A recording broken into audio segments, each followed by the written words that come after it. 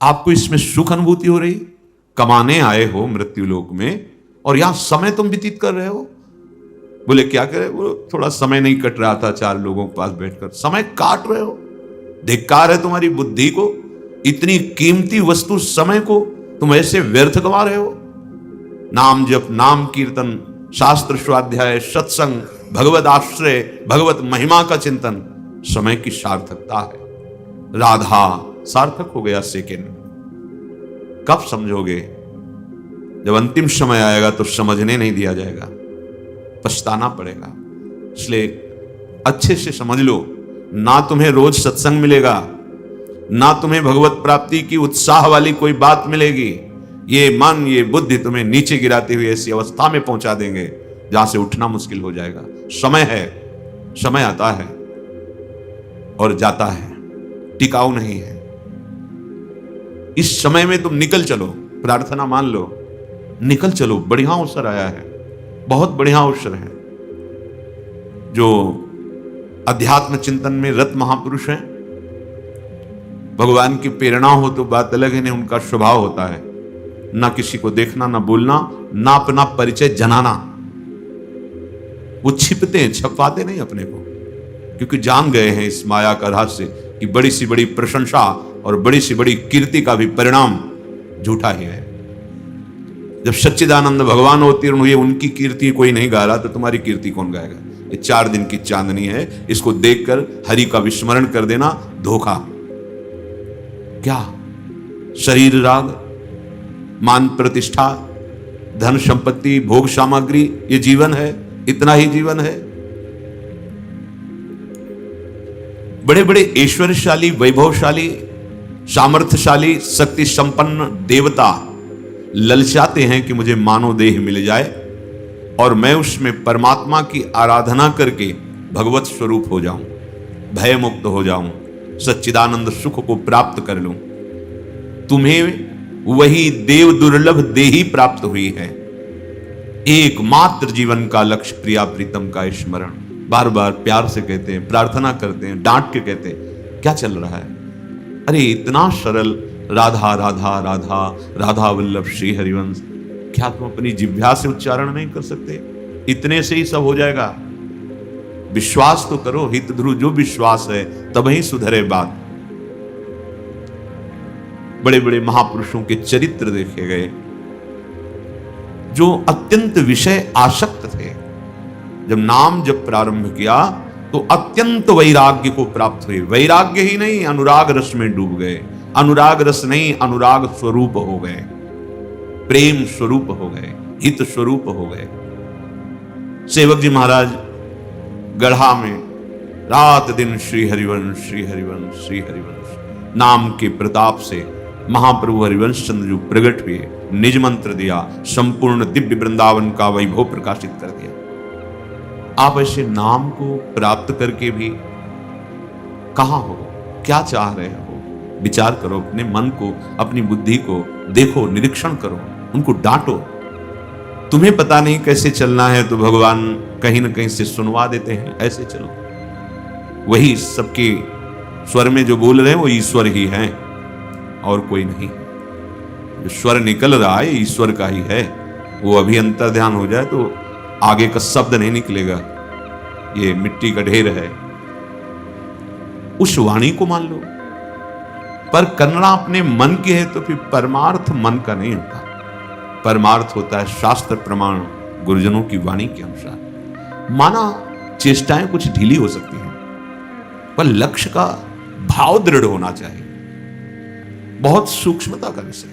मानते हैं पूर्वाभ्यास वश हमारी चेष्टाएं कुछ ढीली हो सकती हैं, पूरा हम दृढ़ वैरागी नहीं हो पाए हैं, कहीं ना कहीं मन हमारा फिसल जाता है। पर ऐसी भी स्थिति में हम प्रियालाल के तो है ना।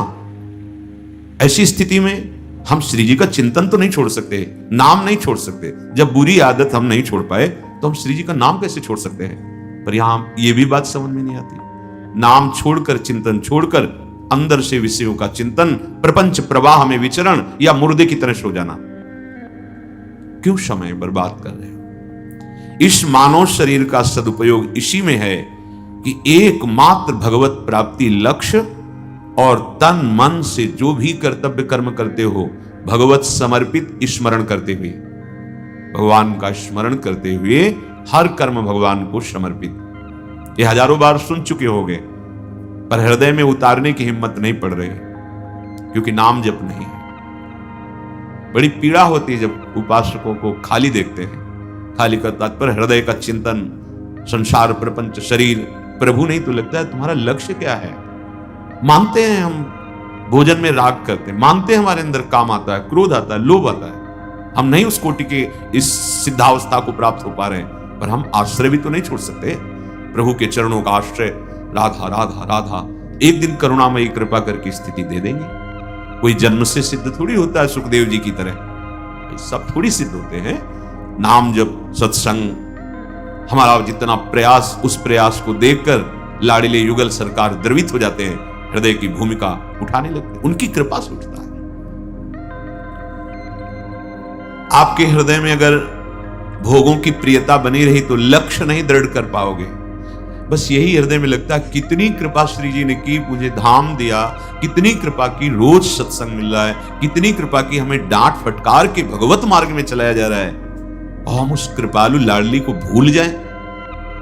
कैसे हम मलिन स्वभाव वाले हैं।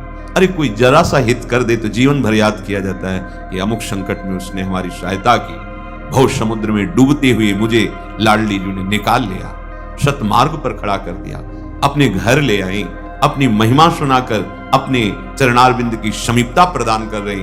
और हम कैसे हैं? उनकी कृपा का निरादर करके उनकी याद नहीं करते, उनका नाम जप नहीं करते, उनकी सेवा में रुचि नहीं, उनको हम एक मूर्ति समझते हैं, एक छवि समझते हैं। अंदर से विचार कर देखो। इसीलिए हमारा हृदय प्रेम रहित हो रहा है।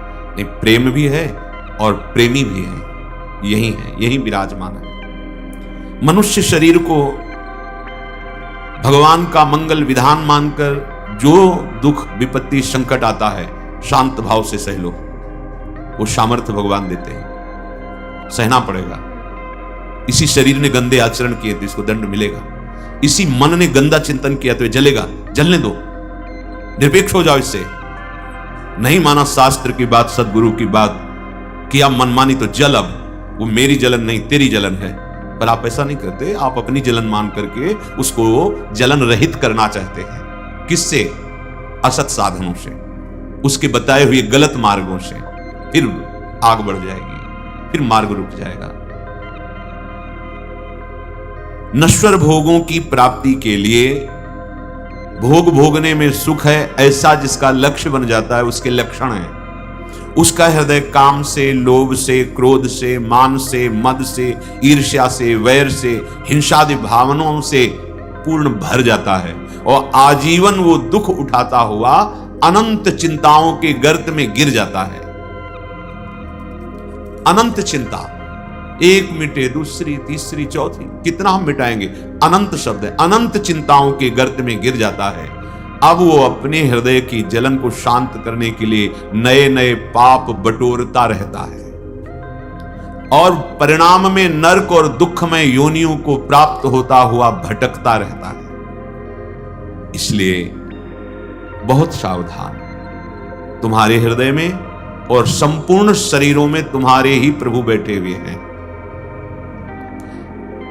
ये केवल तर्क वितर्क का मार्ग नहीं है, ये श्रद्धा और विश्वास का मार्ग है। भवानी शंकरो वंदे श्रद्धा विश्वास रूपिणो, याभ्याम बिना न पश्यन्ति सिद्धा स्वांता स्तमीश्वरम। ज्ञान स्वरूप, बोध स्वरूप भगवान शिव, विश्वास अंबा, या देवी सर्वभूतेषु बुद्धि रूपेण संस्थिता श्रद्धा। ये श्रद्धा और विश्वास जिसके हृदय में जितना बढ़ता जाता है उतना ही वो अपने हृदय में उच्च अवस्था का अनुभव करता जाता है। अब विकार कम हो रहे हैं, अब विकार नष्ट हो रहे हैं, अब तो विकार स्फुरित भी नहीं हो रहे, अनुभव होता है। अब तो बिना प्रयास के प्रभु का मंत्र चल रहा है, नाम चल रहा है। कितनी अपार कृपा है। अब तो किसी के भी द्वारा किया हुआ निंदा अपमान चुभता नहीं हृदय में। कितनी कृपा है, अवस्था बदलने लगती है। जितने भी प्राणी, सब में भगवान विराजमान है। तुम्हारी सारी चेष्टा उन भगवान को देख के करनी होगी। अगर भगवत प्राप्ति करनी है, सब में भगवान है। जो भी तुम्हारा संबंध है, जो भी तुम्हारा व्यवहार है, सब में भगवत भाव करके करोगे तो वही भगवत प्राप्ति का हेतु हो जाएगा। ये लौकिक संबंध यथार्थ नहीं है। माता पिता भाई बंधु पति पत्नी, ये यथार्थ नहीं है। ना वो कभी तुम्हारा पति था, ना कभी रहेगा, ना वो तुम्हारी पत्नी थी, न रहेगी, बीच में दिखाई दे रहा है। वो सच्चिदानंद भगवान का अंश है, था, रहेगा, उसे तुम देख नहीं पा रहे। शरीर का संबंध जो माना ये स्थायी है नहीं, और इस संबंध से तुम प्यार जो कर रहे हो उसी प्रभु को कर रहे हो। वो जब प्रभु अंतर ध्यान हो जाता है तो उसी संबंधी शरीर को आप नष्ट कर देते हैं। ये स्वीकार करो। स्वीकार करोगे, मानोगे तो पावन हृदय होने लगेगा। शरीर संबंध मानोगे तो अपावन हृदय होने लगेगा। यहां का जो संबंध है शारीरिक, वस्तुतः ये यथार्थ नहीं है। इनके हृदय में जो बैठे हुए प्रभु शरीरों के, वही यथार्थ संबंधी हैं। इसलिए जितने नाते हैं वो सब प्रभु के संबंध से मानो। अगर तुम्हारा ऐसा भाव रहा तो तुम्हारी भगवत सेवा बन जाएगी। किसी की भी सेवा, पति की सेवा, पुत्र की सेवा, माता पिता परिवार, सास ससुर, रिश्ते नाते, अतिथि, कोई पशु पक्षी, सबकी सेवा भगवान की सेवा बन जाएगी। और भगवान प्रसन्न होकर आप अहम तो अहम सर्व पापेभ्यो मोक्षयिष्यामि मा शुचा, मैं तुम्हें समस्त पापों से मुक्त कर दूंगा। भगवत स्वरूप में आपकी स्थिति हो जाएगी। निष्पाप पुरुष की स्थिति भगवत स्वरूप में होती है। मानव जीवन की सफलता बहुत धन एकत्रित कर लेना, बहुत ऊंचा पद मिल जाना, संसार में विशद यश, बहुत बड़ा यश, कीर्ति हो जाना, ये नहीं है। ये माइक बंधन है। बहुत बड़े पद में कभी भगवान की याद नहीं की, कभी भगवत भाव से व्यवहार नहीं किया, अपने को बड़ा मानकर गर्भ में भर करके मनमानी आचरण किए, कुछ हाथ नहीं लगा। बहुत यश कीर्ति है और परम पुण्य श्लोक भगवान श्री हरि की स्मृति गई, भगवान का भजन छूटा या भजन नहीं, पुण्य प्रताप से चलेगा। जब तक आपका पुण्य रहेगा तब तक आपका यश होगा। इसके बाद मिटिया मेट हो जाएगा। किस काम में आया यश? बहुत संपत्ति जमाए, कितना खाओगे, कितना पहनोगे, किस काम आएगा? जिसको खा रहे पी रहे हो ये शरीर ही छूट जाएगा। सार बात समझो। यदि ऊंचा पद, विपुल धन, अपार यश कीर्ति, बड़ी बड़ी भोग सामग्री आपके पास सब कुछ है, पर आप भगवान से विमुख हैं, तो आप समझ लीजिए कि आपका ये प्राण घातक मीठा दिखने वाला वस्तु, व्यक्ति, पदार्थ, ये महान विष तुम्हें धोखे से मार रहा है, तुम्हारे समय को नष्ट कर रहा है। यदि आप इसमें भूल करके सुखी हो गए तो अब क्या? कुछ नहीं। यदि भगवत आश्रय, भगवत स्मरण, भगवत भजन, संयम ये छूट गया, कुछ नहीं हाथ लगा। ये बड़ा मीठा विष है सम्मान, जिसे जानबूझ के खाया जाता है। अगर आपका भगवत स्मरण कम हो रहा है, छूट रहा है, तो इस विष को आप खा रहे हैं, अर्थात सम्मान स्वीकार कर रहे हैं, यश कीर्ति का भोग कर रहे हैं, सारे सुकृत क्षीण हो जाएंगे। ये शत्रु की भांति है, इसलिए बड़ा श्रेयस्कर होगा कि इसका कभी भोग स्वीकार न करें। मनुष्य जीवन की जितनी भी सफलता है वो भगवत प्राप्ति के लिए मिली है। आपको कोई बड़ा सरकारी पद मिला है, समाज की सेवा मिली है, आप अपने सेवा पद का ज्ञान रखिए कि आपका कर्तव्य क्या है, आप कैसे समाज को सुख पहुंचाएं भगवत स्वरूप, वही आपकी भगवत प्राप्ति का हेतु हो जाएगा। जो भी इस कर्तव्य आपको मिला है वो भगवान की पूजा हो जाएगी, यदि भगवत भाव से सबका हित मंगल करने की भावना से वर्ताव किया जाए तो। समस्त प्राणी पदार्थ परिस्थितियां केवल भगवत प्राप्ति के लिए तुम्हें मिली हैं। सदुपयोग करके इनसे मुक्त हो जाओ। तुम्हारा हृदय उत्साह, शक्ति और दिव्य ज्ञान प्रकाश से युक्त रहेगा जब सबको भगवत भाव से देखते हुए अपने कर्तव्य का पालन करोगे। पर हम तो कर्तव्य कर्म भूल जाते हैं। वो कोनरस जन्मा जगमाही प्रभुता पाहि जाहि मद नाही। जब प्रजापति पद मिला दक्ष को तो ऐसा नशा पद का चढ़ा कि भगवान शंकर का अपमान कर दिया, निंदा कर दी, नाश हो गया। पद का गर्व तो सबसे बड़ा पद है परमेष्ठी पद, फिर उससे नीचे है प्रजापति पद। वो दक्ष को मिला, प्रजापति का। सभा में गए, सब सम्मान के लिए, जितने बड़े बड़े देवता, लोकपाल, दैवी शक्तियां, सब उनका सम्मान किए। ब्रह्मा जी और भगवान शंकर ये दोनों ही खड़े हुए। दृष्टि गई ब्रह्मा जी पर तो श्रेष्ठ पदाधिकारी परमेष्ठी पद प्रणाम किया मान से। दृष्टि गई महादेव जी के ऊपर, तो उनका ये तो हमारे पुत्र के समान है, क्योंकि इसको हमने अपनी पुत्री दी। अब बस उनके अंदर क्रोध, ये भूल गए कि जब पुत्री दी थी तब विनय क्या की थी, प्रभु आप पूर्ण काम हो, सर्वलोक महेश्वर हो, हे देवाधिदेव हमारी इस भेंट को स्वीकार करो, इस कन्या को आप स्वीकार करो। तब सती का पाणी ग्रहण भगवान से। उस समय उनका गया, जब प्रजापति पद मिला तो ऐसे कटुवचन बोले जो साधारण मनुष्य भी नहीं बोलेगा, वो तो प्रजापति हैं। परिणाम, आखिरी परिणाम क्या हुआ, वीरभद्र ने उनके सर को, गर्दन को मरोड़कर यज्ञशाला। अगर हम पद अभिमान में आ जाते हैं तो हमें ध्यान नहीं रहता कर्तव्य का।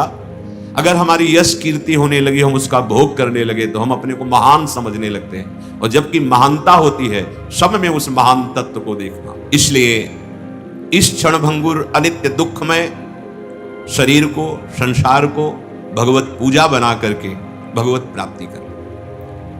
भगवत प्राप्ति के दो उपाय प्रगट में बताए कि वृंदावन की रजरानी यदि शरीर पे लगी हुई है और हमें रसिकों का संग मिल रहा है, बिनु सतसंग न हरि कथा, तेहि बिनु मोहन भाग, मोह गए बिनु राम पद, होई न दृढ़ अनुराग। बिना सत्संग के अर्थात साधु संग के मोह का नाश नहीं होता, क्योंकि मोह का नाश करने वाला जो विवेक है वो सत्संग से प्राप्त होता है। बिनु सत्संग विवेक न होई, राम कृपा बिनु सुलभ न सोई। बिना सत्संग के विवेक नहीं मिलता, और भगवान की कृपा के बिना सत्संग नहीं मिलता। मानव देह मिली, सत्संग मिला, अब हमें विश्वास करना चाहिए कि भगवान मेरा इस संसार चक्र में अंतिम जन्म निर्णय कर रहे हैं। अब हमको तन मन वचन से जो शास्त्र आज्ञा, जो गुरु आज्ञा, जो सत्संग में हम श्रवण कर रहे हैं, बिल्कुल दृढ़ निश्चय पे उतर आइए। ज्यादा समय नहीं, धीरे धीरे हो जाएगा। पहले दृढ़ निश्चय कीजिए, समय को हम व्यर्थ नहीं गंवाएंगे।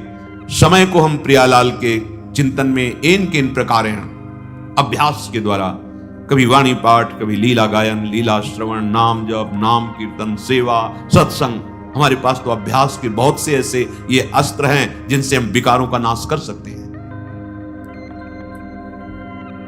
भगवान स्वयं कहते हैं, न रोधयति माम योगो न सांख्यम धर्म एव च, न स्वाध्यायस्तपस्त्यागो नेष्टापूर्तम न दक्षिणा, व्रतानि यज्ञच्छन्दांसि तीर्थानि नियमायमाः, यथा वरुन्धे सत्संगः सर्वसंगा पहोहिमाम्।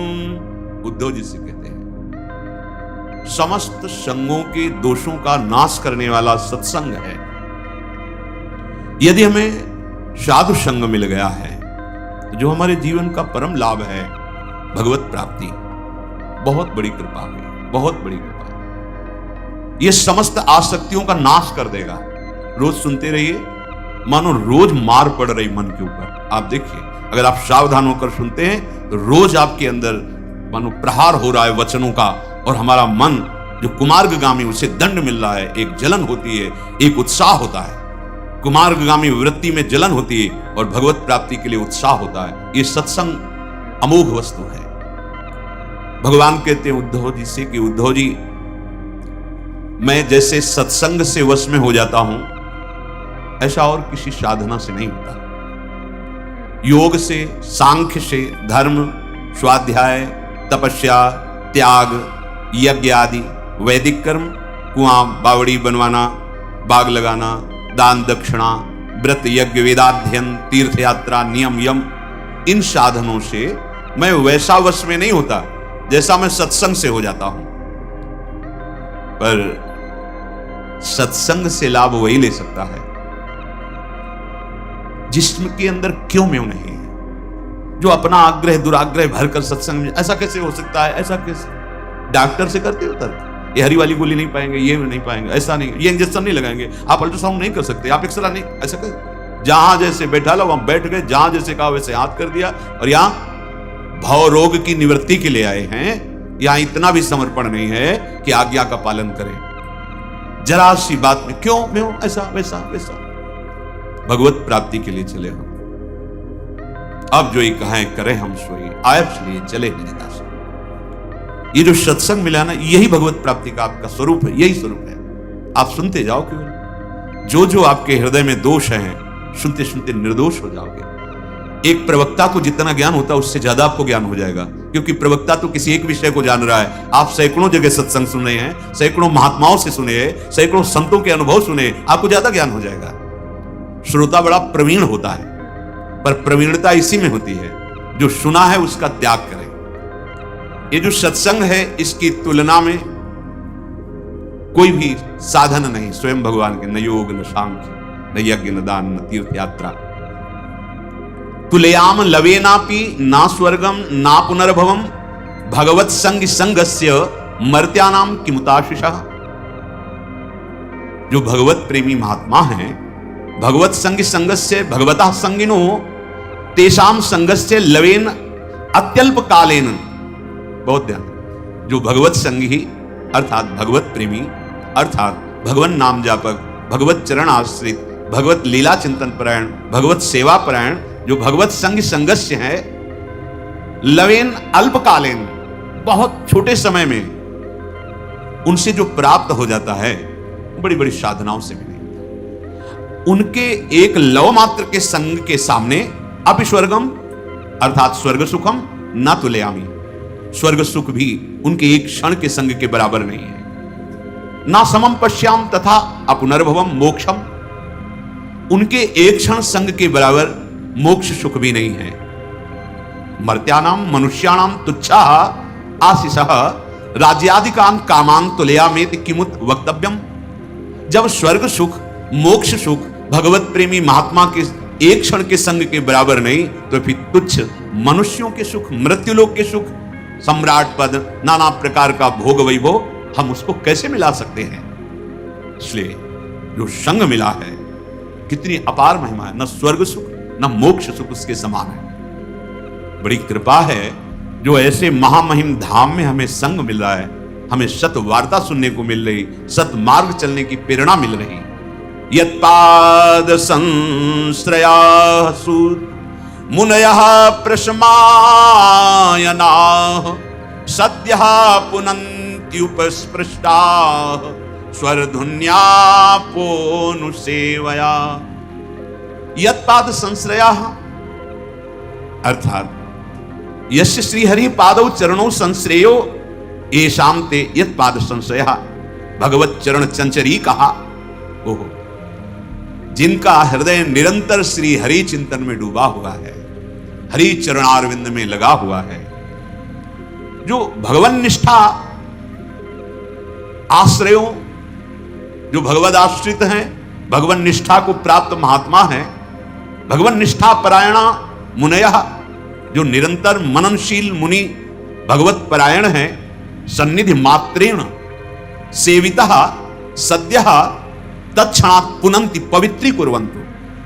ओहो, जो भगवन निष्ठा भगवत परायण हृदय में हरि के चिंतन का एक तार चल रहा है, इनका जहां सानिध्य मिलता है, जहां इनका दर्शन मिलता है, तो पवित्री कुर्वन्ति, वो पवित्र कर देते हैं। बहुत ध्यान देने, क्या पवित्रता होती है? पवित्रता तो तीर्थों में भी होती है, तीर्थ भी तो पवित्रता प्रदान करते हैं। फिर संतों में क्या खास बात है? भगवत प्रेमी महात्माओं में बोले तीर्थ पाप नष्ट करता है और ये पवित्री कुर्वन्ति, भक्ति प्रतिबंधकम पापम नाशयन्ति तीर्थ्या, जो भक्ति में परम बाधक भाव हैं उनका नाश करता है सत्संग रूपी तीर्थ। वहां तो केवल आपसे पाप हो गए, उनका नाश होगा तीर्थोगान में, लेकिन भगवत प्राप्ति में जो बाधक भाव हैं उनका परिचय और उनका नाश दोनों इन महात्माओं के संग से होता है। इसलिए गंगा जी की तो बड़ी महिमा गाई गई है। इदमस्य तात्पर्यम यद्यपि गंगा जलम भगवत चरणारविंदान निःसृतम परम न तत्सर्वदा तच्चरणे तिष्ठति। यद्यपि भगवत चरणारविंद से निकली हुई महामहिम गंगा जी की बड़ी महिमा है, वो पापों का गंगा पापम, बहुत जल्दी पाप का नाश भगवती गंगा जी करती हैं। क्यों? क्योंकि भगवान के चरणों का प्रक्षालन निकली है भगवान के चरणों से। पर कह रहे सर्वदा तच्चरणे तिष्ठति, पर वो सदैव चरण में स्थित नहीं रहती, वहां से निकली और प्रवाहित हुई है। चरण से निकलने के कारण परम पावन करने वाली गंगा जी हुई। पर भगवत भक्त भगवत संबंधावलंबेन पवित्रेति गंगा, परंतु संतः केवलेन सन्निधि मात्रेण पुनन्ति। क्यों? यतो ही तेषाम हृदयारविंदे भगवान सर्वात्मना सततम विराजते। आहा, बड़ी महिमा की बात। गंगा जी और जितने भी तीर्थ है भगवान के चरणों के तीर्थपाद भगवान को कहते हैं। चरण धोवन हुई और जगत पावन करने वाली बन गई। पर संतों की इतनी महिमा क्यों है? बोले गंगा जी में चरण स्थापित नहीं है, चरण धोवन प्रवाहित हो रहा है। पर संत परंतु संता केवल सन्निधि मात्रेण, संत का सानिध्य मात्र जो भगवत प्राप्ति की बाधा रूप है उनका नाश कर देता है। क्यों? यतो ही तेषाम हृदयारविंदेषु भगवान सर्वात्मना सततम विराजते। उनके हृदय में भगवत स्मृति के प्रभाव से भय प्रकट कृपाला भगवान श्री हरिप्रिया प्रकट हो गए। अब वो उसी के ध्यान में मगन है। वो तो चरण धोवन प्रवाहित हो रही और यहां साक्षात चरण विराजमान है। गौर वर्ण सांवल चरण रच मेहंदी के रंग, तीन तरुवंतर लुटत रहे रत जुत कोट।